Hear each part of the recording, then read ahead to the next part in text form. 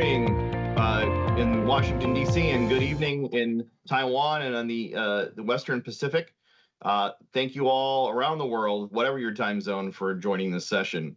I'm Marcus Garlauskas. I'm the director of the Indo-Pacific Security Initiative of the Scowcroft Center of the Atlantic Council, and I'll be moderating today's session where we'll be discussing the economic coercion of the People's Republic of China against Taiwan and other states and countries in the Indo-Pacific. I'll be leading this discussion with a panel of 3 experts. And today's session will be sponsored by the Taipei Economic and Cultural Representative Office, TECRO, here in Washington, as part of the Council's Cross-Strait Seminar series conducted by the Indo-Pacific Security Initiative and co-branded with the Council's Global China Hub. IPSI is a relatively new program at the Council, a little less than a year old, so many of you may not be familiar with us. We conduct an array of activities to inform and shape the strategies, plans, and policies of the United States and its allies and partners to address the most important rising security challenges in the Indo-Pacific. We produce written analysis and video content, conduct tabletop exercises, and we engage with experts, key stakeholders, and the public in a range of ways to include tabletop exercises, travel to the region, small private discussions, and public events in virtual and hybrid formats. Convenings like this one are integral to the Scowcroft Center's broader mission of developing sustainable, nonpartisan strategies to address the most important security challenges facing the U.S. and the world.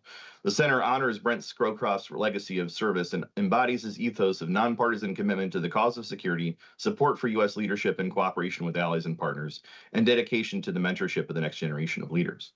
To learn more about IPSI and the Scowcroft Center, I encourage you to visit the Atlantic Council's website at atlanticcouncil.org. So we got a bit over an hour set aside for this session. We've got an excellent panel lined up for today's discussion. The panelists will each make a brief prepared presentation, followed by a discussion with the panelists that I'll moderate. We'll follow that with some questions from our virtual audience. And if you'd like to ask a question, you can enter askac.org into your web browser to reach the online forum to ask your question. So let me briefly introduce our panelists in the order that they will be presenting. We'll start with Yoon Sun, Senior Fellow and Co-Director of the East Asia Program and Director of the China Program at the Stimson Center. Next, we'll have Dr. Bob Donor, Non-Resident Senior Fellow with IPSI and a former Deputy Assistant Secretary of the Treasury. And lastly, Dr. Ichang Li, joining us from Taiwan, where he currently serves as the President of Taiwan's Prospect Foundation. I do want to emphasize that this event is conducted in accordance with the Atlantic Council's strict intellectual independence policy. So these are the individuals' views, not those of their organizations, the Atlantic Council, our sponsors, or any government entity. So before we get started with the discussion, just a few thoughts to frame our conversation. Now, as part of a broader strategy to advance its interests, Beijing has threatened Taiwan and a range of countries in the Indo-Pacific with coercive economic measures in an effort to shape policy decisions in the region to its favor. On a number of occasions, Beijing has moved beyond threats to taking such measures in an attempt to impose costs for defying its will. And this challenge has key implications for the future security of Taiwan, as well as for the broader interests of the United States and its allies and partners throughout the region. Now, today, I'm looking forward to a discussion of past events of economic coercion, the nature of the current and future challenge posed by Beijing's economic coercion, along with some ideas for countermeasures to this challenge. Now, our opening presentation will be from Yoon Sun, Senior Fellow and Co-Director of the East Asia Program and Director of the China Program at the Stimson Center. She has expertise on Chinese foreign policy, U.S.-China relations, and China's relations with neighboring countries. Her previous research in both the United States and China is focused on a range of topics, including Chinese national security decision-making processes and China's foreign policy toward conflict countries in the developing world. So I'm looking forward to hearing your comments. Yoon, over to you. Thank you so much, Marcus. Thanks for the invitation. It's an honor to be on this panel. So I'll dive right in. If you look at China's coercion of Taiwan, it can be divided into several categories. And normally people talk about the military coercion. We've seen the Chinese warplanes circling Taiwan, crossing of the median line of the Taiwan Strait, as well as the example of the partial blockade that China formed last summer. Summer last year when after the Nancy Pelosi visit to Taiwan. We've seen a lot of gray zone operations in this domain. There are also the category of diplomatic coercion. We've seen China going after Taiwan's diplomatic allies and also tries to suppress Taiwan's international space. That is much more overt.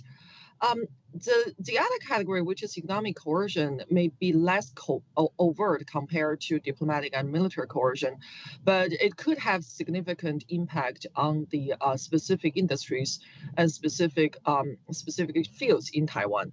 So, for example, after the Pelosi visit of Taiwan last year, mainland China announced the suspension of import of more than 100 categories of food items from Taiwan. That was on August 1st. So these, at least in the Chinese philosophy, are considered winning without fighting. So using coercion to achieve the goal without getting into a military conflict, and it's regarded as relatively cost-free for China. There have been a lot of examples where China uses economic sanctions to coerce other countries in the direction that China would like to see. Earlier on, the most famous example was in 2010, after the Nobel Peace Prize was awarded to Chinese political dissident Liu Xiaobo. China imposed sanctions on Norwegian salmon. And after that, around 2012, in the South and East China Sea disputes, we've seen China imposed sanctions on Filipino bananas, as well as restrictions on export of rare earth elements to Japan. Then, more recent example in 2016, after South Korea decided to deploy the THAAD system in South Korea, China imposed so-called unofficial or non-official sanctions on South Korean export to China, as well as South Korean tourist industry, which led to at least $20 billion of economic losses for South Korea. Even more recent, in the case of the Meng Wanzhou case from 2018 to 2021, China imposed import restrictions on Canadian pork and canola oil. And we're also seeing similar actions against Australia when Morrison government imposed policies that China saw as China unfriendly. So considering the scale and the size of the Chinese economy, as well as the important position China occupies in the global supply chain, economic coercion is relatively easy for China to impose damage and economic losses on the victims. But I thought what is more interesting is that if we use the result of such economic coercion as a criteria to measure the effectiveness of the Chinese economic coercion, I'm afraid the answer is that China's economic coercion has rarely successfully coerced the victim in the direction to change its policy in the direction that China desires. In all the examples that I mentioned, China rarely achieved the original goals that it set out to achieve. So the Nobel Peace Prize still went to Liu Xiaobo. The Japanese decision to nationalize the Diaoyu Senkaku Island remained unchanged, and the deployment of THAAD was not changed by the South Korean government either. And since then, there are even discussions about adding additional units, battery units, to the THAAD system. So not only China could not achieve the goal of the economic coercion, the policy agenda, in the cases that we have discussed, China also, I would say, China suffers more losses than what it could gain. So in the Norwegian salmon case, we saw the major trade diversion effect that China may not be importing salmon directly from Norway, but the Norwegian salmon's export to Vietnam increases significantly. And in turn, China's import of Norwegian salmon through Vietnam also increases significantly. China's monopoly of the rare earth industry, since its sanctions on Japan, basically in the past decade, has dropped from 96% to around 70%. So China has lost its significant advantage in the rare earth industry, and the smuggling of rare earth elements out of China has been increasing as a result of that campaign. And in the case of THAAD, South Korea decided to reduce the dependence on the Chinese market, which led to the shifting of the supply chain. And now we're seeing major South Korean companies moving away from China. So if you look at the past dependence, I would say that China's economic coercion against developed countries might be able to make the victim feel the pain, but it rarely successfully change the result of the policy. And in these cases, the Chinese sanctions or economic coercion also backfires because it significantly exacerbates the the distaste or the lack of affinity from the public opinion in these countries towards China, which led to the further deterioration of China's image and reputation among the general public in these countries. So specifically to Taiwan, I know my co-panelists would talk more about the case of Taiwan. I would say that China has also adopted economic coercion towards different industries. For example, the targeting the counties and targeting the prefectures in Taiwan that appears to be deep green, that would be supportive of DPP's policy and DPP's election, the campaign in the election. But if you look at the result, I don't think the Chinese have achieved the goal that they set out to achieve either. And people might remember that during the election of 2020, especially during the year of 2019, what China has had done in terms of speeches on unification, speeches about one China, two system, and speeches about Hong Kong national security law, in fact, assisted the DPP's popularity in terms of the election campaign. So this year, I would say that the public rhetoric of the Chinese government towards the Taiwan election has been a little bit more reserved. But the announcement from the Ministry of Commerce on December 15th about the assessment on the trade barrier imposed by Taiwan authority make people remember and recall that China still has a main campaign to undermine the popularity of the DPP candidates. Lastly, I would just say that what China has also realized in the past decades is that on economic and trade, what mainland could do on Taiwan or could do related to Taiwan is also limited, considering the cost it would impose on China's own economy. So last year, 60% of the mainland import from Taiwan consists of semiconductor chips. And these are chips that the Chinese economy also need. So they cannot just easily put that on the table. The Ministry of Commerce has been studying partially or completely suspend ECFA and the tax benefits that ECFA would confer to Taiwanese products. But this is also controversial in China itself. There are debates about this issue. So I think the dilemma for Beijing is that if Beijing tries to use economic benefits to bind Taiwan closer to mainland, Taiwan does not want unification. Taiwan will aim for the economic benefits, but reject the political unification. But without such a economic interest bondage with Taiwan will have even less reason or even less rationale to want a better relationship with mainland. And the sanctions that China could impose targeting Taiwanese agriculture industry or fish industry, it will instead backfire and stir the oppositions and the distaste from Taiwanese people. So the policy dilemma for the mainland is that what type of economic policy will eventually lead to the goal that China sets out to achieve, which is unification. But maybe those goals are not so feasible to begin with. So the caution that I would put here is that after the election next year in January in Taiwan, and if DPP does stand to win, we could see more economic coercion from mainland towards Taiwan, not necessarily toward a specific goal, but is seen as a punitive measure to prevent Taiwan from continuing to benefit from the mainland China's economy.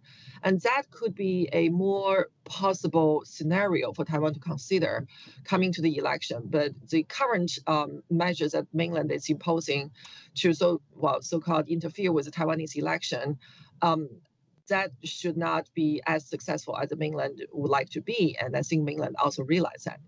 I'll stop there, Marcus. Thank you so much. And that was really very helpful context to help start our conversation. So I'd like to ask then, given that it seems these efforts of economic coercion by Beijing often backfire, could you explain a little bit more of the logic of why it is then that Beijing would continue to use economic coercion as an element of its strategic toolkit? I think there's three factors. The first one is it actually reflects the lack of policy instruments for China to coerce or to force other countries to change their policies that China does not like to see.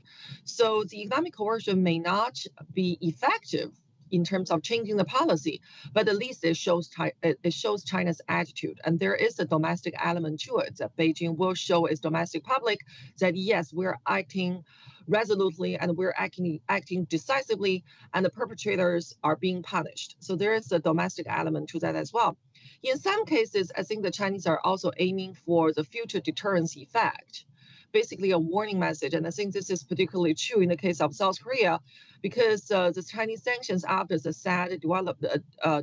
SAD deployment may have imposed only, may have imposed $20 billion of economic losses on the South Korean economy. But what the Chinese have hoped to achieve with that loss or with that punishment is that in the future, when South Korea faces a similar situation where China resolutely opposes a decision that South Korean government is considering to take, the South Korean government will remember what has happened historically and the economic consequences of its defiance against China. Again, that is a series that we don't necessarily get to test because history don't really have counterfactuals, but that at least that deterrence effect is something that Beijing has in mind. Thank you. Yeah, it's an interesting point. So it seems that the leverage that Beijing gains from the threat of economic coercion is more useful potentially than when they actually conduct the coercive actions and they can backfire. So interesting point. Now I think that's a great lead into Bob, who I know will talk a little bit more about how we counter this challenge. So our next speaker will be Bob Donor. And he is a actual non-resident senior fellow with our Indo-Pacific Security Initiative. In addition to being a distinguished former U.S. government official with about 2.5 decades of experience at the Department of Treasury, developing both functional and regional expertise. He last served as Deputy Assistant Secretary for International Economic Analysis and as a senior Asia advisor. And among his achievements as a government official, he helped establish and played a key role in executing the strategic economic dialogue with China. Now, since departing government service, he's authored many publications and participated in events in his capacity with the Atlantic Council, and we encourage you to check these out on his expert page on our website. He's been a professor at the Fletcher School of Law and Diplomacy at Tufts University, a visiting professor at the Stanford Business School, and he holds a PhD in economics from the Massachusetts Institute of Technology. So, Bob, looking forward to hearing your thoughts. Oh, well, thank you, Marcus, and thanks for the very gracious introduction. It's a pleasure for me to participate here. Estimates by the Australian Strategic Policy Institute show that China's use of economic coercive measures has increased sharply in the last 7 years.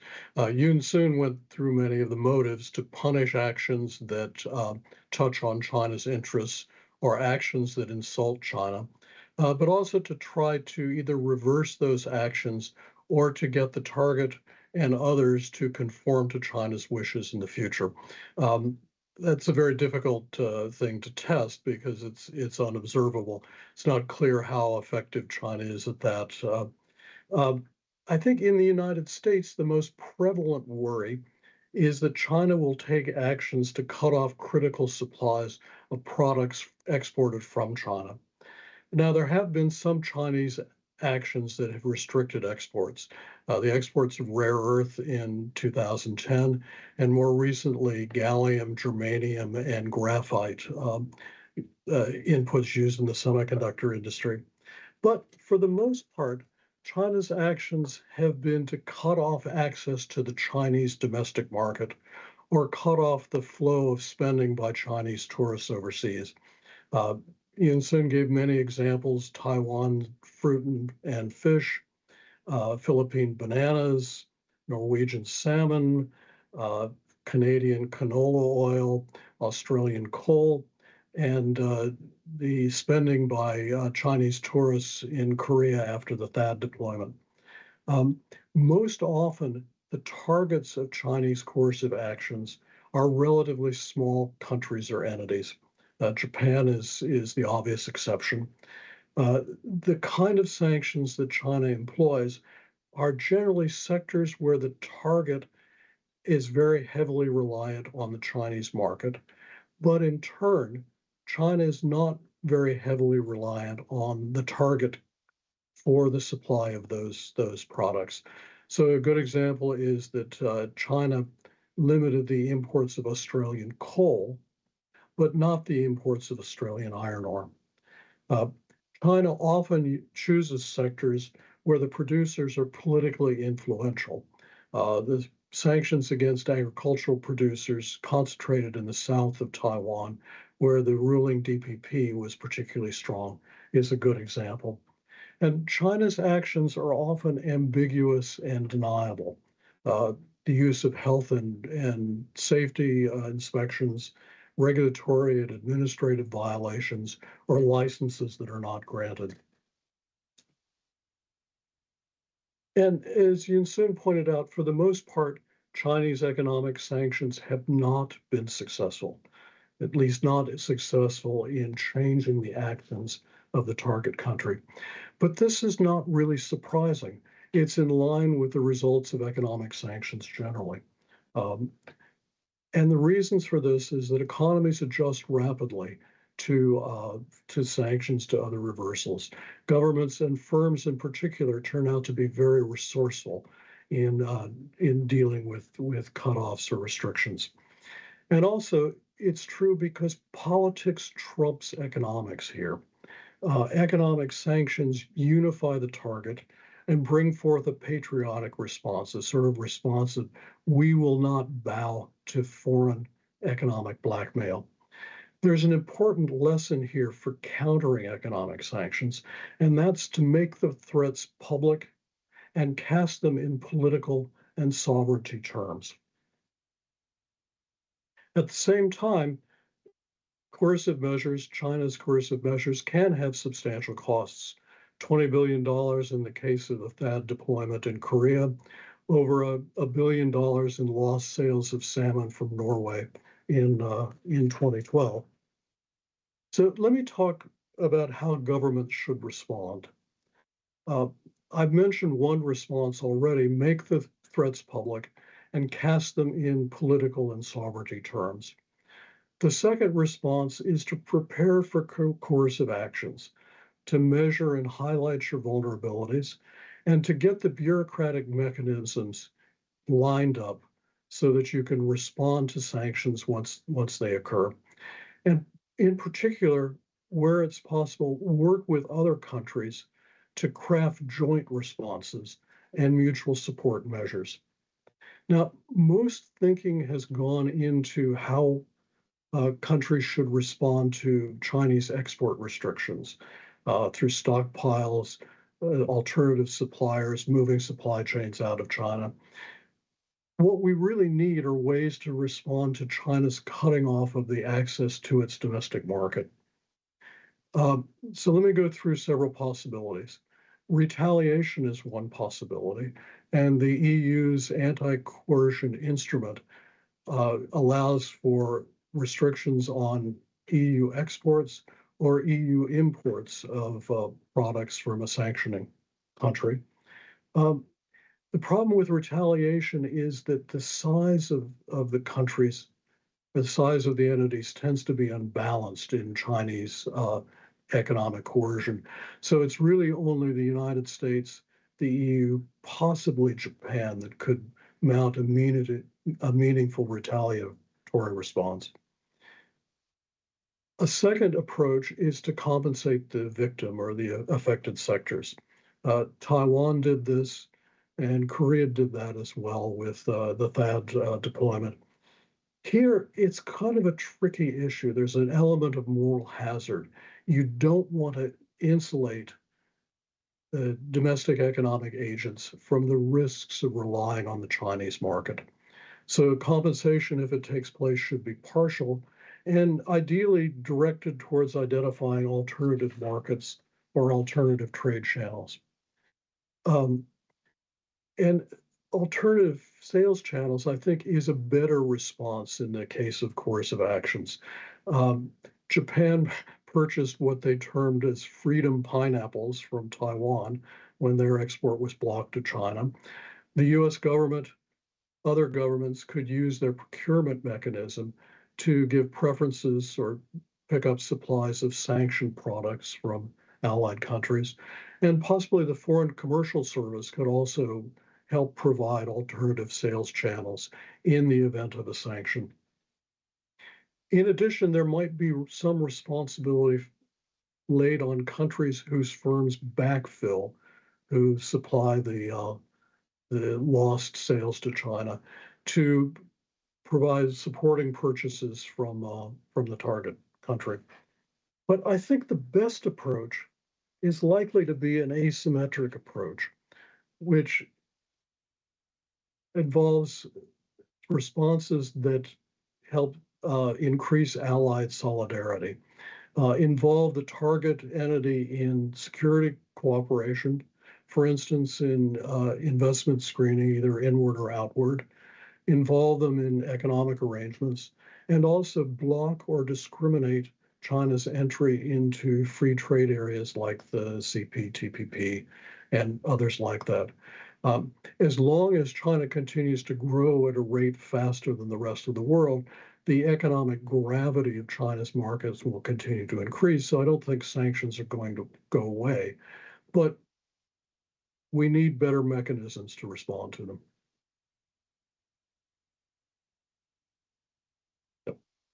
Bob, thanks very much. Some great comments, and I appreciate the fact that you got so much into how we can counter the economic coercive efforts coming from the PRC. So let me ask you a follow-up question then. When is it appropriate not to respond to these efforts at economic coercion? So I think the responses should be sanctions or coercion that China applies to government policies, not to the actions of commercial firms.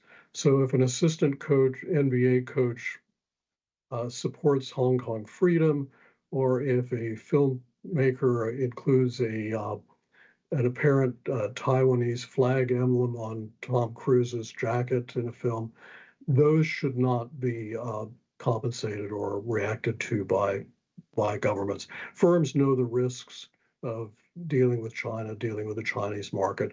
They're comfortable with dealing with risks, and they ought to continue to do so.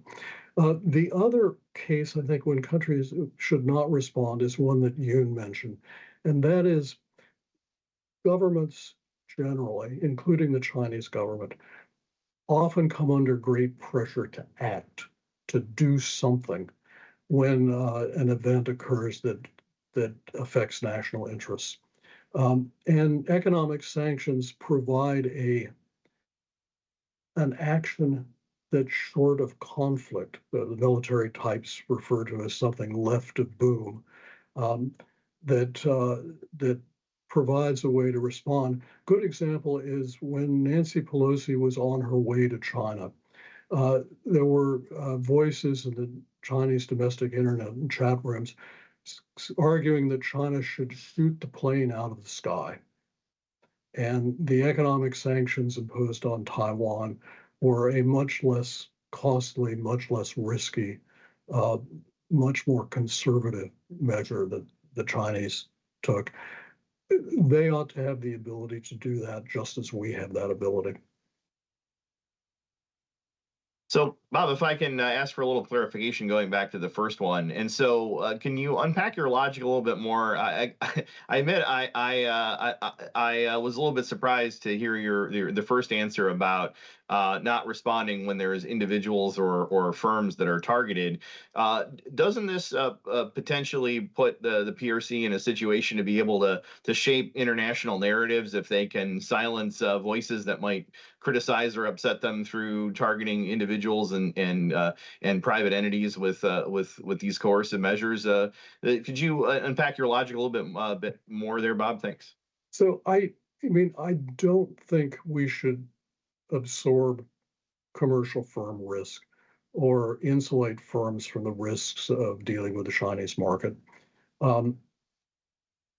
I also think that government action, government policy is much more important than the statements or actions of firms.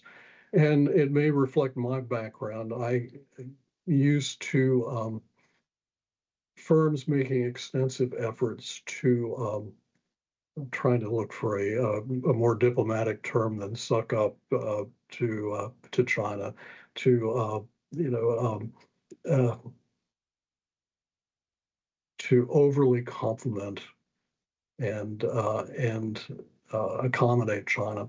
I just don't think that that's the kind of action that firms' actions are the kind of things that we should encourage or guarantee. And finally, I think there's just lots of alternative commentary on China's actions, on all countries' actions. So the statements of firms, the fact that Elon Musk criticizes the U.S. government but not the Chinese government, it's just not that big a deal. All right. Well, I'm looking forward. Actually, this gives me an idea for a future event of including this element of how the economic piece plays into how the PRC shapes narratives, because we're definitely going to do more work in IPSI on the sort of the narrative battle going on. And we've written a little bit on that this year, and certainly plan to do some more on that next year. So we'll put a pun in that one. But thanks for Bob for explaining your logic. Although I think on this one we might have to just agree to disagree. But anyway, thanks for that. And now, in the interest of time, we will move to our next speaker, Dr. Ichang Li, who joins us from Taiwan, and he currently serves as the president of the Prospect Foundation, which is a Taiwan-based think tank that's been analyzing cross-strait issues for nearly 3 decades. In addition to his experience as a scholar, he's held key positions in Taiwan's government and in the Democratic Progressive Party, the DPP, and including the Director General for the Department of China Affairs from 2006 to 2008, and the Department of International Affairs. And so, Dr. Li, really glad that you could join us. It's great to have a perspective from Taiwan right in the middle of this issue. And I appreciate the fact also it's quite late there in Taiwan, so it means a lot that you took your time to join us. And I know you have quite a busy schedule there, being president of the Prospect Foundation. So really looking forward to hearing your thoughts, both your view on this issue, and then if you had any responses to the preceding speakers. Over to you, Dr. Li. Yeah, thanks, Marcus, and thanks for having me here. I'm very honored to be here to speak about the economic coercion issue on Taiwan and from Taiwan perspective. As we know that the economic coercion by China on Taiwan is an ongoing process. And just last week, the China announced accused that Taiwan set up the trade barriers. And China said that they will decide how to react, depending on the result of the election. So basically, that's a very not overt, but very explicit threat on the Taiwan electorates about their possible choices and how the economic consequence could be. So this is the one example. But I will say that in addition to the previous 2 speakers about the economic coercion, basically that's on a national level. I will say that the experience that Taiwan has about Chinese economic coercion, there are also the coercion on Taiwan in order to undermine the credibility of the government, especially for the DPP government. The example was that in year 2000. During the year 2000 to year 2008, the first DPP administration era, that in year 2005 and the year 2006, we started to see that China started a series of the bilateral negotiation or bilateral agreement with a certain association within Taiwan, trying to directly cut a deal with them about how the kind of the Taiwan's exports cannot go through other official channels, but only can be through them because they have been recognized by China. And that is basically the action by China trying to undermine not only the government, but also to demonstrate the point that Taiwan government is just a local government, and Beijing government could deal with anyone in Taiwan by recognizing the entity they feel like and disapproving the entity or the authority they did not like. One example is that in year 2006, China started a proposal to KMT about bringing the Taiwan National Fruit Associations about the food export to China, and how the China can construct a quick green way to fast get Taiwan's fruits without direct the monitoring about the food product itself, but directly into the Chinese market. So that is a direct, that is a very different way when Taiwan is conducting our food export to other countries, in which a lot of the health issues and the food product itself is something of the close scrutiny. But in Chinese cases, for the political purpose, they can just ignore all that. Of course, later on, when a different government or China feel this, it did not like the current situations, suddenly all kind of different examination about Taiwan's export to Chinese, the fruit started to get out. So that's why that in about at least 1 or 2 years ago, just as Song Yun mentioned, China started to accuse Taiwan exporting the defect fruits to China, so that like a sugar apple or the wax apple, they have been under direct the Chinese the sanction list. Although the reason for the sanction is not about the political, but a lot of people know that why suddenly China announced the prohibition about those food exports to China is precisely for the political reasons. So that is the another motive that we found out about the Chinese economic coercion against Taiwan. The purpose is to demonstrate that Taiwan's government just cannot deal with China, and Chinese government can deal with anyone in Taiwan as they like. Then I will also say that the Chinese economic coercion, there were also successful cases, especially where they're dealing with individual company in Taiwan. And I have to say that just one of the very recent example is Terry Guo, one of the most richest person in Taiwan and the CEO of the Foxconn. When he decided that he wanted to run for the presidency, declared his intention to run, and the report is that the China does not want him to run because China wanted to force a coalition ticket among the opposition so they can defeat the DPP. But Terry Guo seems to have his own mind and determined wanting to run. And then suddenly there is the tax evasions, the scrutiny by the Chinese authority against the Foxconn. And then after 1 month later, suddenly we also found out that the fine was so tiny that it amounts only to about like an 88,000 new Taiwan dollars. And eventually we knew that because Terry Guo now decided that he will cease all his presidential election campaign, he will no longer run for that. So we do know that the Chinese, the threat of economic coercion against individual company this time about the Foxconn did work. But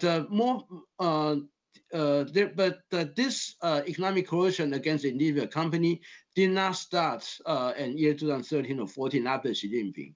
Actually, in year 2005, at that time when China announced the anti-secession law, there was a famous cases in Taiwan. That is, one Taiwan entrepreneur have a huge investment in China, but that person is known to be a big supporter for the DPP party.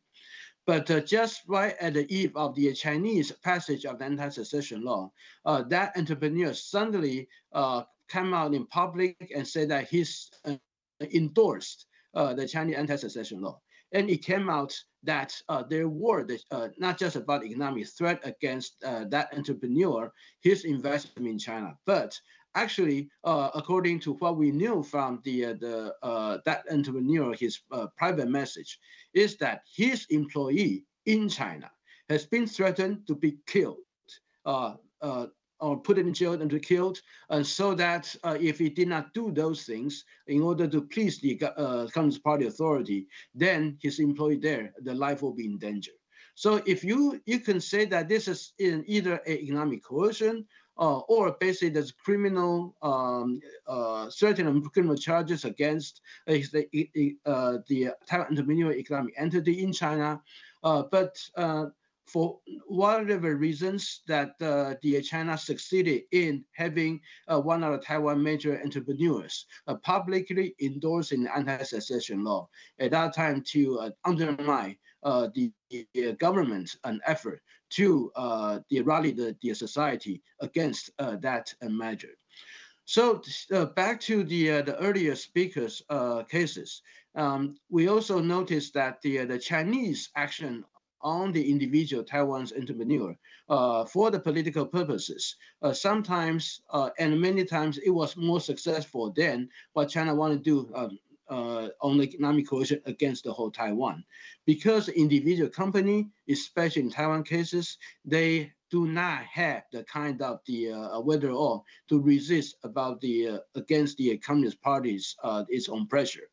Especially when we look at the many Taiwanese company, their investment in China, they actually go to those individual provinces to cultivate their political relations to protect their own investment there.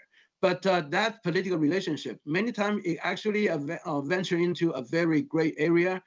It's legal or illegal, no one knows.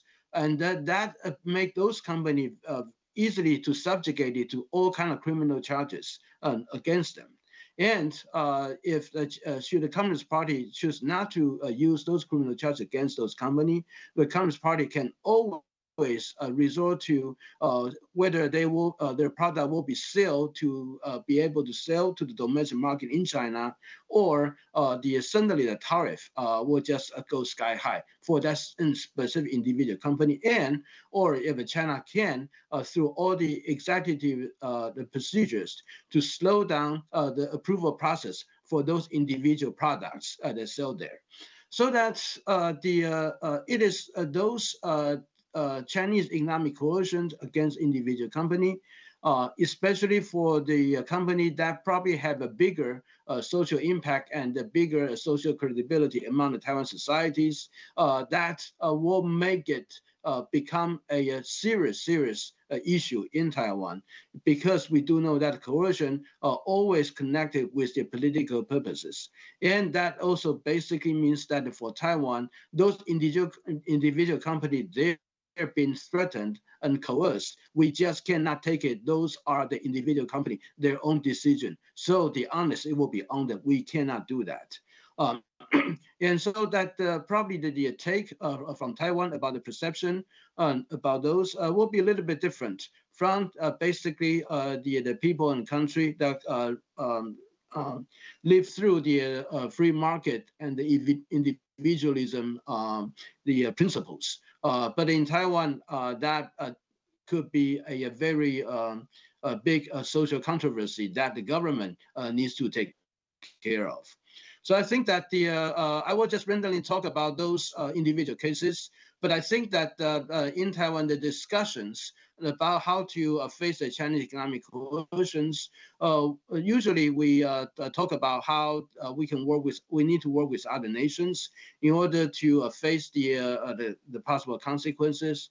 But also there are also some of the developments when we look at the effectiveness about the Chinese economic coercion against Taiwan. One thing that we notice is that the Chinese authority tended to use the market, their own market, as a more effective weapon against Taiwan. So that just as Song Yun said earlier, for many Taiwan investment in China, they actually took China as a manufacturer way station. The final products actually sell to other countries. So to the extent that those Taiwanese companies in China, they were actually making money for Chinese. And the product they sell to China would seldom be subjugated to the economic coercions. But the market is, if it's sold directly to the Chinese market, those products could be very much could be used by China. And the result is that as Chinese economy started to go slow, and its domestic market absorption capabilities started to get less, then it will be very natural, or it will induce the Beijing authority to the extent that they would like to close, or at least to reduce the foreign competition within the Chinese market, and would like to induce more of the investment into China. And then the recent issue about how the Chinese would react to the to Taiwan, and probably will exercise some of the trade protection measure by China itself against Taiwan, especially about some of the early harvest under the EFTA. The tariff probably will be reinstated to certain Taiwanese products. There is a speculation in Taiwan that actually what China wanted to do is that they want to prevent those product direct sale into the Chinese market, but they want those companies produce the product to actually have more investment into China, and then to manufacture them, sell to other countries. So that is there's a commercial logic within those political instruments. That is something that we also need to pay more attention to, especially when we are seeing the economic downturn of China. That is probably would last for a good number of years. Thank you. Ichang, thank you so much. That was really some great details and specifics I think a lot of Americans are not familiar with. Just as a reminder to all of our viewers, please go to askac.org if you'd like to inject any questions. I see some already coming in, and I think I'll actually weave them into this part of the conversation here soon as I'm doing the moderated discussion. So we don't need to wait until all the way till the end to take the audience questions, because I think some of the questions that are coming in from the audience I see are very similar to some of the questions I have myself.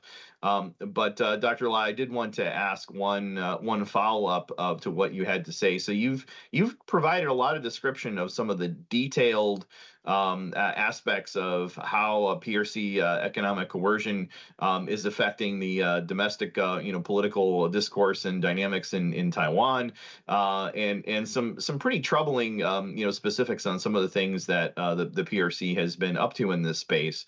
But if you could share a little bit more about your thoughts about what Taiwan is or should be looking for from the broader international community, from the United States, from allies, friends in the region, and in Europe, and how should the rest of the world be viewing this, and what in your view should the rest of the world be doing? If you could share that, thank you. I think, first of all, for the international community and what Taiwan wanted is that we were able to work and develop a mechanism as economic defense measures should those economic coercion against Taiwan started to happen. But it's just not, you cannot be just limited to Taiwan, but for everyone. Because it is not just about us, but also there are other countries such as Lithuania, probably Czechia, and other countries. They have been very brave and voicing support for Taiwan, but they are also under the Chinese economic wrath against them. And so far, that although in the Europe, I think in Lithuania cases, it benefits from being part of the European common market, so that it has a greater cushion against the Chinese economic coercions. But for other countries, how will they be able to get out of it, or should they not being able to enjoy such a cushions? That will be the issues. As for Taiwan, I think right now that for the Chinese economic coercions items that they have, especially next year, should that China want to do something, we need to particularly pay attention to the textile, to the cement industries, as well as the precision machineries. Those are the things that we predict that probably should China want to do something, those three items will be the target. But in addition to the product itself, we also believe that there are the services. Especially right now, we are entering a digital world. How the digital and data will be monopolized or being used by China for something that will to exercise political pressure. That hasn't really been much of a discussion in the economic arena because we tended to see that the data as data itself. But in Taiwan, we do know that the company like Facebook and others, that when they have the different languages, the Chinese language basically they outsource to the people in China to manage the content or to screen the content.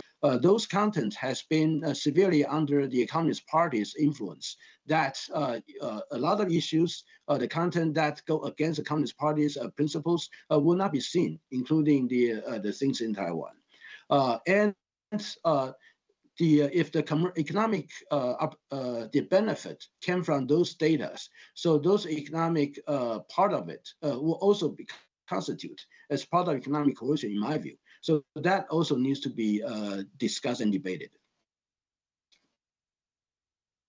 Ichang, thank you very much.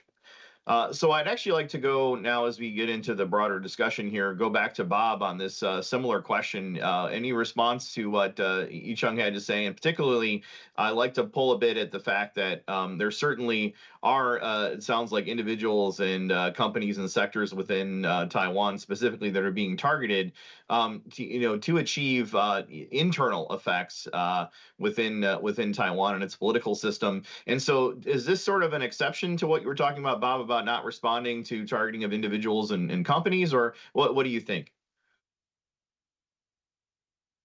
You're muted, Bob. Been thinking a little bit about this since your question. So one thing I want to say up front is I'd make a distinction between company policy and company sales and company personnel. So the targeting of personnel in China, the fact that Moody's advised its employees to work at home the day that it moved China to negative watch, the fact that Chinese national employees of American and other firms, I think, are particularly subject to coercion, to pressure from the Chinese government, represents a problem, a real problem. And government policy, government actions should place a higher value on protecting people, protecting employees of firms, than it does on guaranteeing or underwriting policy statements made by companies or company employees. The targeting of companies and of industries for political influence is certainly not unique to Taiwan. I mean, the Chinese government has put pressure on U.S. financial services firms to speak out in favor of improved U.S.-China relations. I don't think that's going to go away. I don't think that's all that effective. And, the antidote to that, I think, is to make the appeals public, and to say simply that, we won't respond to Chinese pressure that comes to us through Chinese firms. Provincial governments, state and local governments will always lobby for increased foreign investment, increased investment generally. I don't think that's going to change. So there are ambiguities and areas in which you wish that the outcomes or the policies or different, but I'm still comfortable with the broad outlines of the argument that I made, which is that we should not underwrite and protect statements broadly construed by companies, as opposed to policy actions by governments.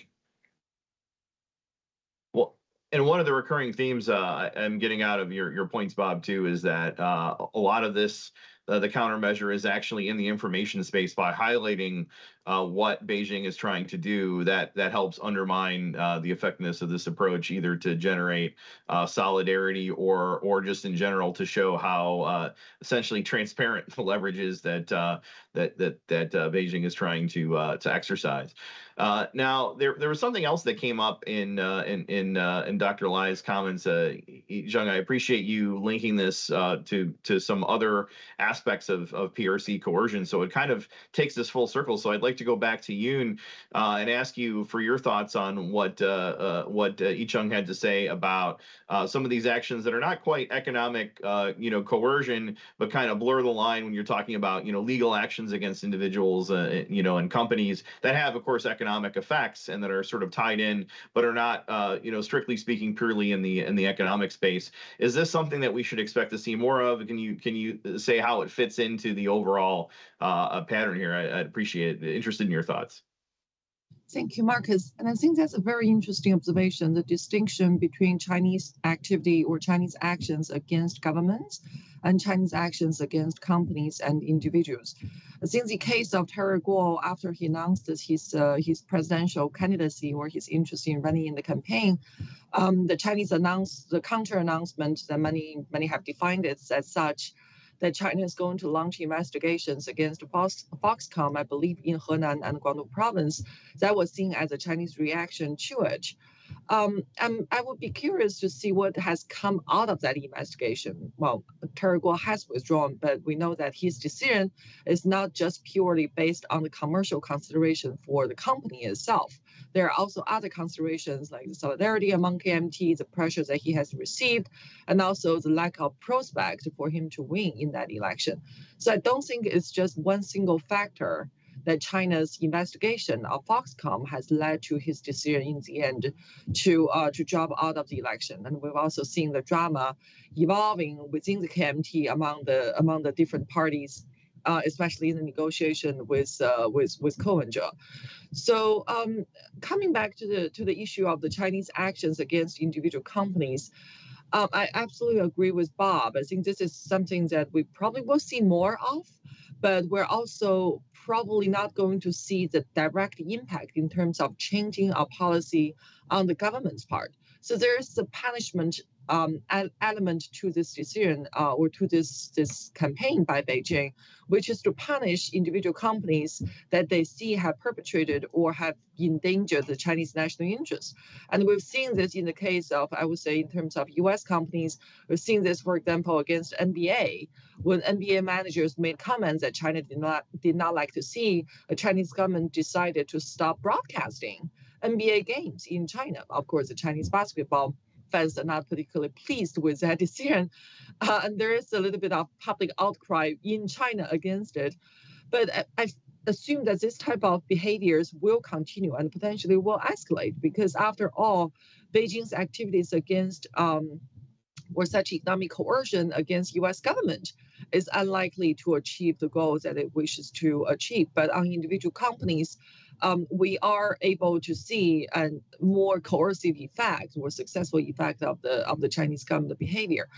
But there's also another aspect of it. We know that after China lifted the COVID sanction or the COVID restrictions earlier, late last year, the Ministry of State Security or the Ministry of Public Security has launched investigations against a number of Western consulting firms in China. And like Bob mentioned, that the Chinese national employees of, for example, the Minsk Group were detained, they were investigated.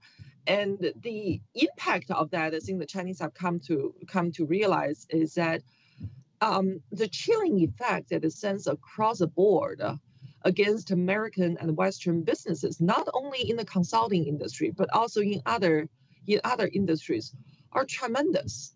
And the consequences they're feeling in terms of the lack of foreign direct investment, or what they have expected to be a retaliatory growth of foreign direct investment into China, has not occurred. For the first 3 quarters, the Chinese foreign trade decrease, in fact, did not increase. It has shrunk for 0.2%. And in terms of China's foreign direct investment, it shrunk even more, 8.5%. So I think the Chinese are also realizing that this type of securitization or the political retaliation for company behaviors were just to send a warning signal to the Western companies. It has backfired significantly against China's top priority in terms of rejuvenating or recovering the economic growth. And this is a debate that we're going to see, that basically in 2022, is China going to continue to stick to the securitization of the foreign investors and foreign companies, or they have come to the realization that they will have to ease up a little bit before the foreign investors and foreign companies reestablish confidence to return to China. If you look at what Xi Jinping has been saying after San Francisco summit, he visited the Shanghai Stock Exchange. He made the commitment that China is going to continue the reform and opening up, especially opening up to foreign investors. I think we potentially could see adjustment of behavior in that particular arena in 2024. Sorry. Thank you. No, very, very helpful comments. Yeah, so it strikes me a lot of this conversation is there are a lot of cases where these PRC coercive efforts are backfiring in various ways, and so maybe part of the countermeasure is not even just countering the use of such measures, but how do we to ensure that once they are used, that it demonstrates that it's going to be counterproductive to Beijing's goals, and maybe as a way to deter this action more often, maybe change Beijing's behavior over time. So this has been an interesting line of discussion, and we do have some questions coming in from the audience that I wanted to get to, and I also want to encourage too. We'll probably have time to ask one or two more. I'm going to just pick a couple from the list, but please go to askac.org if you'd like to inject a question into the conversation. So the next one I'd like to go to is we've talked a lot about the economic coercive efforts directed at Taiwan, some at individuals and companies, some at the United States. But we haven't talked much about, and we even mentioned the South Korea example, which of course I have a personal interest in because I've had such a connection to South Korea issues and even to the THAAD issue itself. And so I want to ask one or share the question from one of our viewers about how this fits in to policy toward ASEAN countries. And so they, of course, have a situation where they're very vulnerable to PRC economic coercion because of their economic dependence on China. A number of these countries expressed their desire not to be forced to choose between Beijing and Washington in their relations.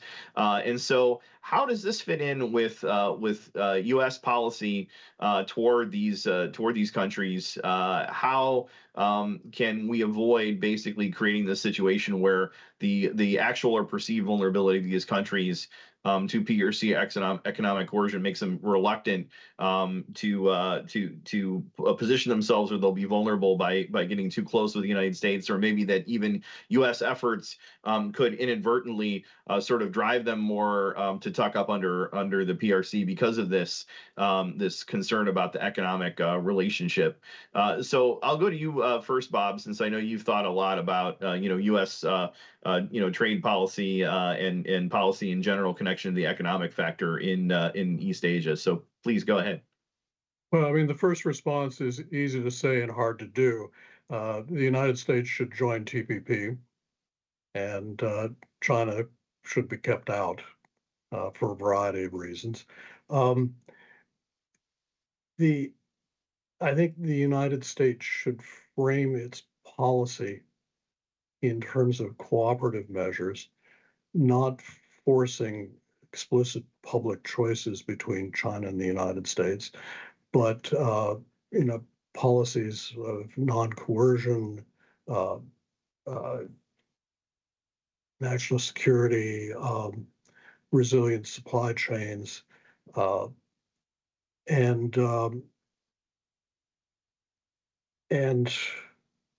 just diplomatically making a greater effort to appear and be seen in Southeast Asia through Southeast Asian initiatives. We actually have much larger foreign direct investment in Southeast Asia than China does. But in terms of markets and geography, the gravity of the Chinese market, particularly for intermediate processing, as Ichang Li pointed out, is going to continue to be very strong.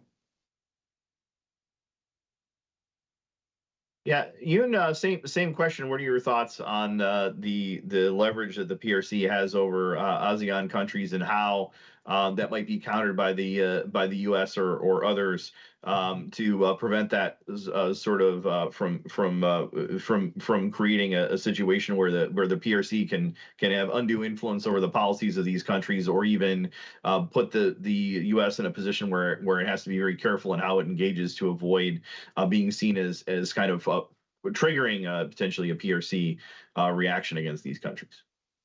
Thank you, Marcus. I think ASEAN is definitely an interesting case because it offers 10 different cases to test the difference, test out how PRC deals with different countries, right? I would say that in mainland Southeast Asia, if you look at Laos, Cambodia, Myanmar, and Thailand, I don't think that it has come to the cases that it has come to the point that China has had to use coercion against these countries or these governments, because they are by default quite close to China to begin with. And even and here I think a distinction could be made between political policies and economic policies, because if you look at, so China built the China-Laos railways through Laos, right? But it just ended there because the Thai government has not yet come to the agreement to build the continued part of that railway through Thailand from Laos down to the ocean.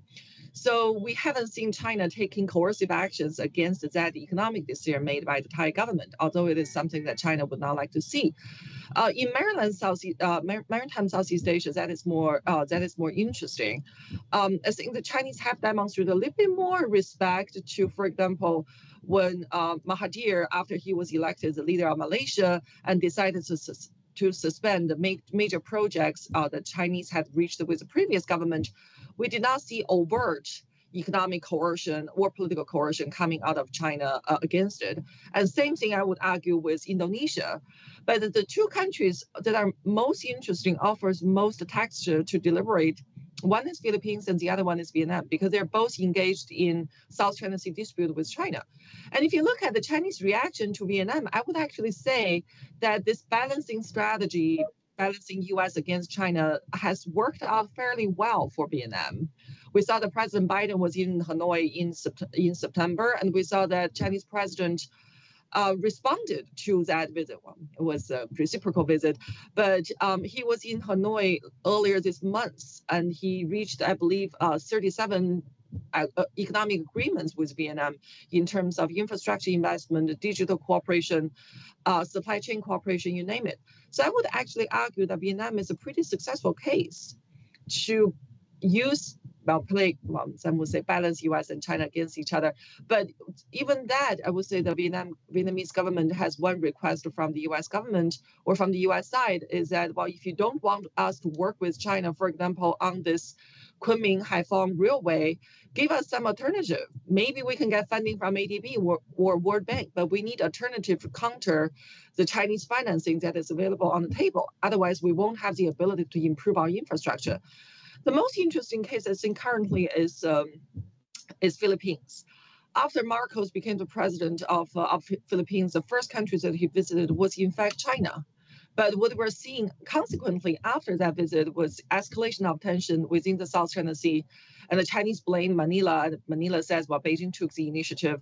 So on that, I think the Philippines have taken the U.S. reassurance and U.S. commitment of mutual defense, or to assist the Philippines in the event of the Chinese use of naval forces very seriously. And then, of course, in terms of Second Thomas Shoal and what's happening with Scarborough Shoal, the Filipino effort to provide more transparency, basically to have drones and cameras to illustrate to the world that how China is behaving in this area is particularly helpful. Thank you. Ian, thank you very much for that. And your point in particular that you started with, the fact that ASEAN as an entity sort of that maybe viewing the wrong unit of analysis is really more about the individual countries in Southeast Asia that each have sort of very different incentives and different sets of relationships and policy considerations. So that's a really good point. Not to lump all of ASEAN together when you're thinking about this issue. I would actually like to go to Ichang on this question as well, because I know that Taiwan has some pretty robust economic relationships with several countries in Southeast Asia.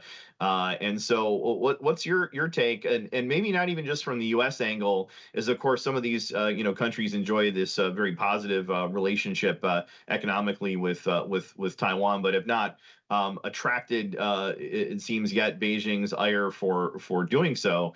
And so any thoughts on how the various, and you can pick just one or a few, or how Southeast Asian countries fit into this concern about economic coercion potentially being leveraged for political results in Southeast Asia. And any thoughts, Dr. Li? Thank you. First of all, I would say that the notion that Southeast Asia does not want to be forced to choose between U.S. and China, but basically what that means is Southeast Asia does not want to be in a position that will be punished by China, because they would not be punished by the United States. So what actually happened is that they're afraid of this scenario. But I would say that as part of the U.S.-China competition and the trade war that been ongoing for certain years, some of the dynamics actually started to change a little bit. If you look at this year, that the China trade with Southeast Asia is higher than the China trade with European and also with the United States. And that reflected a certain, some countries in Southeast Asia been used by Chinese company as a way station to avoid the kind of the U.S.-China trade war. So there's actually the so-called reverse dependency on this development. That is, we do see quite a good number of Chinese companies migrate to Southeast Asia in order to and then export from Southeast Asia to United States or from to other countries. So when we talk about how Chinese influence Southeast Asia, then I would say for countries like Vietnam and also Malaysia, since both of them have been heavily cultivated or they're used by some of the Chinese company as their way station to re-export to the final destination like the U.S. or the European Union, then those countries will be receive a little bit less from China regarding the so-called economic coercion or the Chinese capability and incentive to try to use that method to score the political points against those countries will be less. So that will be my argument just on that. But of course, the Taiwan, in a funny way, that also play a part for China to on its sanction against Australia, because of that there are criminal cases happen in Taiwan offshore islands, where the offshore islands suddenly import a very large tons of the lobster from Australia, and then it turns out that the Chinese officially want to sanction the lobster coming from Australia, but actually it is Taiwan's underground market purchase for them and then re-export to China. So you know that the commercial world always those kind of their way of avoiding things to get what they wanted. It's more complicated than we think, but I would say that overall the Chinese capability of the economic sanctioning and the character probably will be changing due to the downturn of this economic condition right now. Interesting points there, and some of what you just said also went tied back into Bob's point about the resilience and the adaptability and the creativity of how countries and entities, individuals, companies, all can deal with and adapt to when they're targeted by this. So this has been a great discussion. We're about out of time. And I just wanted to emphasize a few points as we wrap up here. Number one, it really does seem that many of these efforts at coercion backfire when they're actually executed, but it seems like that threat of coercion does have some chilling effects, does affect thinking of individuals, companies, and even governments. And so looking at how do we counter the perception aspect. So the fascinating thing is we're trying to counter economic coercion, but it seems like a lot of that countering is actually in the information space, to both to emphasize the fact that this is not going to be perhaps as devastating over the long term as it might appear, that it is possible to adapt and overcome, and then ultimately to in the information space to counter whatever leverage that the PRC gets out of it, and particularly this idea of how does it affect individuals and companies is something I'd like to further explore in future discussions. So you've given us some good food for thought here, and thinking about how do we position targets of this sort of coercion better to understand their options, that they have alternatives, whether they're U.S., European, or the example of Lithuania, of course, that Dr. Li raised, that there are others who will step in to fill the gap potentially, who are not going to be intimidated by this. I think that's really key. And so the idea is, I think that we don't want to downplay the threat and the challenge that this poses, but ultimately, it's the fear of this sort of effort that perhaps is the most dangerous at all. And so, Franklin Delano Roosevelt says the only thing the only thing that we have to fear is fear itself. Well, I think when it comes to PRC economic coercion, it can do some real harm, but the fear is really the biggest danger. So I'd like to thank you all for helping to better understand this challenge. And really, the key to overcoming fear of the unknown is really to understand better what it is that you're seeing that your adversary is trying to make you afraid of. So thank you all for this excellent conversation, and look forward to future discussions on this and other issues. So this concludes our Cross-Strait seminar on countering Beijing's economic coercion in the Indo-Pacific. I encourage you all to visit the Atlantic Council website, atlanticcouncil.org, for more information on this and other topics. Thank you all, and have a great night or a great day, depending on which time zone you're in. So thanks. Thanks.